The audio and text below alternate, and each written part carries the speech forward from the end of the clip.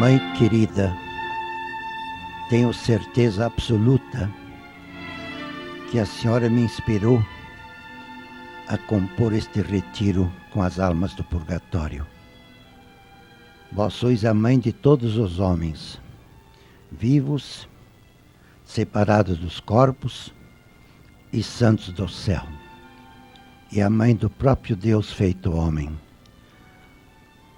Abençoai este retiro com as almas do purgatório, porque se nossos irmãos eternos, esta família que surge no batismo, que é eterna na terra, porque nosso parentesco de sangue, Machado, da Silva, Gutierrez, vai até a última respiração. Quando o sangue parou esta família humana, carnal, a carne que apodrece. Mas a nossa família enorme, que surge pelo batismo, por isso os batizados são irmãos todos, embora na terra os separe algumas cabeças individualistas. Que lindo atingir a grande família em 3 etapas: os combatentes, os padecentes e os felizes no céu.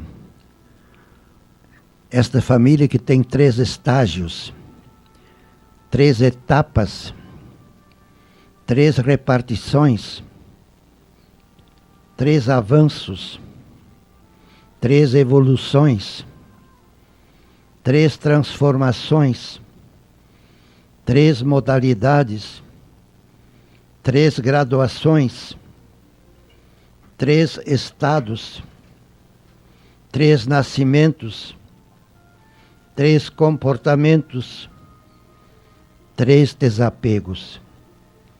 A vida terrena, a vida espiritual do purgatório e a vida celeste. Estes desapegos graduais do corpo, do eu e da própria vida. Que coisa linda sabermos que nós somos corpos aqui na terra, somos igreja todos, e somos o céu todos também desde o batismo. Existe a família carnal nesta terra, a família eclesial e a família celestial. Realmente 3 etapas da mesma família. E quantos fazem ponto final na boca do túmulo? Isto é uma injustiça, isto é uma miopia, isto é uma heresia, isto é uma seita que morre, empaca na boca do túmulo. Tão bonito pelas muitas encomendações que eu fiz de pessoas amigas. Na hora da morte a gente deixa de lado esta mochila pesada, este corpo pesado, e está livre, pura alma, porque Deus cria a alma diretamente dentro do seio materno, e tem gente que quer interpor-se nas leis de Deus, determinar que até os 3 meses podes matar aquele germe, e nós sabemos que Deus inocula a alma no momento da concepção, e os homens mortais, os homens falíveis, os homens egoístas, os homens terrenos, querem marcar onde começa a vida. Não se metam em assuntos que não são chamados e não são capazes. É tão lindo saber que nós temos que ter uma abertura espiritual. A corporal não basta, não vai além de 1 metro. É tão bonito saber que Jesus nos pediu para sermos perfeitos como o Pai Celeste. Sede perfeitos como o vosso Pai Celeste, que deixa chover por bons e maus e deixa luzir o sol para santos e pecadores. Que coisa linda podemos dizer, que São João também diz: quem diz que ama a Deus e odeia o próximo é mentiroso. Que coisa linda nós podemos dizer que a nossa família rompe as nuvens, rompe o relógio, é uma família eterna. Portanto, somos 3 compartimentos, 3 etapas. E realmente nós temos que saber, quando alguém morre, ele é muito mais livre, livre no espírito. Você sabe, quando alguém morre, ele está mais perto de você que antes. Antes precisava menos um celular para telefonar, agora basta só você pensar e saudar, porque o nosso celular é o próprio Sol, é o próprio Divino Espírito Santo que atinge a todos nós numa união divina. Por isso só nós podemos ter pelo batismo uma união divina. Pai, que todos sejam um, como nós somos um. E esta unidade divina se realiza na Terra, visível no Papa, que é o verdadeiro representante vivo de Cristo, e os outros papas são os sucessores do Papa. Jesus, como disse Santa Catarina de Siena, o Papa é o Jesus doce e visível na Terra. Portanto, vamos, neste retiro de 30 meditações, alargar o nosso coração e não fechar tudo na boca do túmulo. Aí somos iguais a qualquer seita. Como é possível ter 1.500 seitas cristãs? Seitas sim, mas não pode chamar-se religião, porque religião é a ligação de Deus com o homem, ligar. A ligação do homem com Deus é impossível. Só é possível a ligação de Deus com o homem, que aconteceu na encarnação, em que o próprio Verbo, Filho eterno do Pai, se ligou, assumiu a humanidade concreta dentro do seio de Maria e não fora do seio de Maria. Por isso, quem fala de Jesus, sem falar de Maria, fala de um Jesus utópico, interesseiro, apenas para milagres, que são essencialmente passageiros. E São Paulo disse: Cristo é apenas para esta vida, somos os mais miseráveis de todos os homens. Então, se você quiser ver alguém miserável, veja os que só pedem milagres, correm atrás de milagres. E Jesus também se queixou: vocês correm atrás de mim, porque comeram do pão e ficaram satisfeitos. Queridos irmãos, são 3 estágios, 3 etapas, e é tão bonito sabermos que somos uma só família. Quem reza pelos falecidos vive uma fundação divina. E quem não reza pelos falecidos vive uma fundação humana. Quem não tem amizade com os santos, realmente é uma seita vegetativa aqui na Terra. E quantas seitas cristãs temos que não rompem céu adentro. Nós também temos a mania de sintetizar uma seita, uma religião até humana, na ceia. Todos podem fazer ceia, mas sacrifício que é vertical, que desaba do céu, é como diz São João Batista: eis o Cordeiro de Deus, que tira o pecado do mundo. Por isso temos que acabar, que nós entramos definitivamente no Novo Testamento, e vamos abolir, como diz Lutero, vamos abolir o Velho Testamento, que apenas é figura, que é indicação, que é apenas um esboço.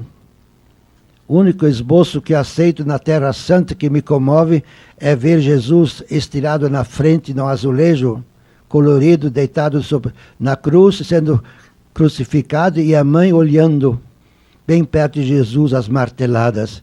E do lado direito está Isaac, este Isaac de brincadeirinha, em que o anjo sustém o braço de Abraão. Cuidado com o ranço do Antigo Testamento. Dízimo é ranço, óbolo é do coração. Que coisa. 2 pés de Jesus é ranço. Todos os pés de todos os homens são de Jesus. E o nosso ideal é identificar Jesus com todos os homens, todas as almas, todos os santos. Vamos realmente nos esforçar neste retiro com os anjos para acabar com esta injustiça, esta desigualdade, esta realmente, como se diz, discriminação do céu na terra e as almas. Portanto, são 3 passos, 3 graduações. E vamos usar neste retiro com os santos, com as almas, vamos usar uma santa que teve a graça de viver misticamente 2 anos ininterruptos no purgatório. E ela escreve um tratado sobre purgatório que eu posso ler 100 vezes e de fato é um mistério. Ela mesma diz que não consegue escrever o que viu, o que sente. É a Santa Catarina de Gênova. Mas antes disso, quero explicar a vocês que existem 7 beatas e santas. E vou depois falar sobre Santa Catarina de Bolonha, que realmente é aquela que nos dá um tratado sobre as almas do purgatório. É realmente um assunto sério. Mas eu acho que todos nós podemos chegar ao ponto de passar do lado do purgatório. Deve ser uma atitude positiva e não negativa. Não ter ódio é dar machadada no ar, mas querer bem a todo mundo é possível. Mesmo que seja um assassino, um assassinado. Mesmo que seja um suicida, ou aquele que leva ao desespero outro. Então, estas Santas Catarinas, vamos explicar para vocês com muita síntese, para não confundirem as Santas Catarinas. A primeira Santa Catarina, a mais antiga talvez, cuja cidade visitamos também, e cujo corpo também visitamos no Monte Sinai. Porque dizem que Santa Catarina de Alexandria era muito sábia, por isso ela é padroeira dos estudantes universitários. Era muito sábia, mas o pai teve ódio dela e ela foi morta numa roda gigante e despedaçada. A Catarina de Alexandria, lá em Alexandria tem a igreja dela. A gente sente que Alexandria é uma cidade bem conservada até hoje e com muitos cristãos. Santa Catarina de Alexandria dos primeiros séculos. Depois temos Santa Catarina de Siena, que realmente é uma santa laica, analfabeta, mas doutora da igreja, que conseguiu trazer de volta de Avignon, na França, o Papa que estava exilado. Ela, uma simples mulher, conseguiu trazer de volta o Papa para Roma e disse que o Papa é o doce Jesus visível na terra.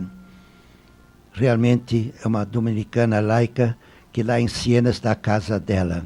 Depois temos Santa Catarina de Bolonha, que é uma carmelita lá em Bolonha, e conforme dizem a internet, ela está sentada até hoje, carmelita. Depois temos a Santa Catarina de Gênova, é aquela que nos interessa, que escreveu um tratado sobre as almas do purgatório, que nos pode ajudar neste retiro, para de uma vez nivelar as 3 famílias, as 3 etapas, deste estágio desta nossa família eterna. É Santa Catarina de Gênova, que vamos meditar a cada dia um pensamentinho. Depois temos a 5ª, que é Santa Catarina Labouré, a santa da Nossa Senhora das Graças em Paris, que está conservada, incorrupta, e era uma irmã de, como se diz, uma irmã de 2ª categoria, que ninguém se lembrava dela, e Nossa Senhora visitou ela, chamou o menino Jesus para chamá-la do seu quartinho, as portas se abriram automaticamente, ela chegou até a cadeira que ainda hoje está guardada lá em Paris, na Medalha Milagrosa. Catarina Labouré é de fato a humildade. Ela mesma, no fim da vida, parece que esqueceu que ela era a predileta de Nossa Senhora. Santa Catarina Labouré é realmente uma coisa fantástica ver ela incorrupta. Depois temos a Caterita, da Iroquesa, lá do Canadá, que também tivemos a graça de visitar com um grupo de peregrinos. Caterita era uma índia iroquesa, iroquesa era inimiga dos Hurões. Os Hurões eram mais amigos dos jesuítas franceses e os iroqueses mais dos anglicanos ingleses. Então houve esta briga religiosa também, mas os jesuítas adotaram esta Caterita iroquesa, ela ficou cega, doente, e ela foi beatificada pelo Papa João Paulo II lá no Canadá, quando passou por lá. Depois temos a 7ª, que é a Catarina de Emmerich, na Alemanha. Tive a graça de visitar a casinha pobre e humilde dela. Ela teve os estigmas e ela também foi beatificada pelo Papa João Paulo II da Alemanha. Catarina von Emmerich, que teve toda a paixão de Jesus visível interiormente e viveu também com seus estigmas a vida da paixão de Jesus. Pedro, de onde vem esta beleza? Ele respondeu, Teresa, felizes os sofrimentos que me trouxeram tanta glória. Vamos agora ver um pouco sobre Santa Catarina de Gênova. Santa Catarina nasceu em Gênova no ano de 1447. Foi da família Guelfa dos Fieschi, nobre. Se casou em 1463 com Giuliano Adorno. A pouca felicidade do seu casamento a foi desencantando pouco a pouco do mundo. Não mais mundo, não mais pecado. Escrito ela em 1473, ao se converter a uma nova vida cristã. Desde então até a sua morte, em 1510, praticamente viveu 60 e poucos anos, a vida da santa foi progressivamente subindo na devoção e na penitência até alcançar aqueles 2 anos de sua vida em que ela nos conta que viveu o seu purgatório. Realmente ela diz que não é possível falar, não consigo falar a realidade, mas nos vai dar uma boa instrução, porque talvez seja uma das poucas pessoas que nos pode falar sobre o purgatório com um pouco de experiência. Estando todavia na carne, esta santa alma se viu colocada no purgatório do fogo do amor de Deus, o qual a abrasava e purificava totalmente, quando tinha que se purificar, de modo que ao passar desta vida para outra, pudesse apresentar-se imediatamente diante de Deus, seu doce amor. Assim, em meio desse fogo amoroso, compreendia sua alma como estavam as almas benditas no purgatório, pregando a miséria e mancha do pecado, que nesta vida ainda não fosse purgado. E estando deste modo no purgatório, do amoroso fogo divino, estava unida a seu divino amor, contente com tudo aquilo que ele nela operava, e compreendendo-o do mesmo modo como as almas que estão no purgatório. E realmente um dos pensamentos centrais dela é que ela sentia que quero estar aqui por vontade de Deus. Então disse até, se Deus me levasse para o céu sem estar preparada, eu me preferia jogar no inferno. Portanto, a felicidade de estar lá, mas o sofrimento de uma saudade intolerável. Isto eu noto nos que dispensam Deus nas suas riquezas, que dispensam Deus na sua saúde e que dispensam Deus na sua vida. Esses, de fato, são folhas caídas da árvore, são peixes fora do mar, são lamparinas apagadas na escuridão. Portanto, ela deu uma experiência, e eu acho, meus irmãos, que toda a santidade, toda a felicidade também nesta terra é proporcional ao desapego, dizendo quase como diz São Paulo, ut Christi lucri faciam omnias tercora. Não disse lixo, porque este é descartável, mas tércora, que é esterco, e é estrume. Então, enquanto tudo não for estrume, você não pode dizer que ama Jesus. Temos que amar Jesus, não como a nossa vida, mas como a vida dele, que é a vida eterna. Eu também queria, em cada meditação, neste retiro de 30 meditações, cada vez fazer uma intenção de pessoas que já foram para o além, violentamente ou mansamente, mas que nos podem dar uma lição. Queria hoje rezar com muita devoção com vocês, no fim da meditação, primeira meditação, uma intenção seríssima pelas crianças abortadas. Eu tenho impressão, mãe querida, que essa intenção vem do vosso coração, porque as crianças abortadas são vossos filhos também. Quem deu direito a uma mãe qualquer, mas muitas vezes não são as mães, são as pessoas que mandam nelas, e elas não são culpadas. E nunca esqueço, mãe querida, esta história verídica de um médico que foi forçado por um casal adulto que ia conceber uma criança na sua velhice quase. Eles pagaram para ele regiamente para arrancar a criança do ventre da velha esposa que ia ter seu primeiro filho. E o médico, depois de um tempo, saiu correndo para um colega. Eu não tiro esta criança. Ela me escapa sempre das mãos.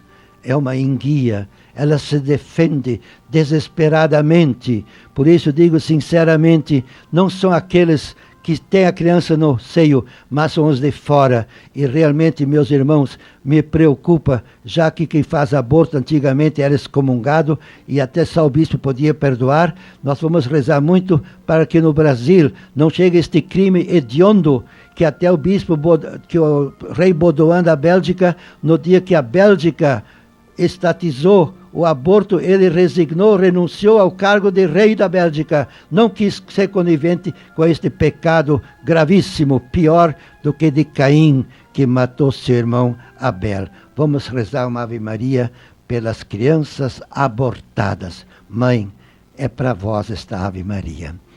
Ave Maria, cheia de graça, o Senhor é convosco.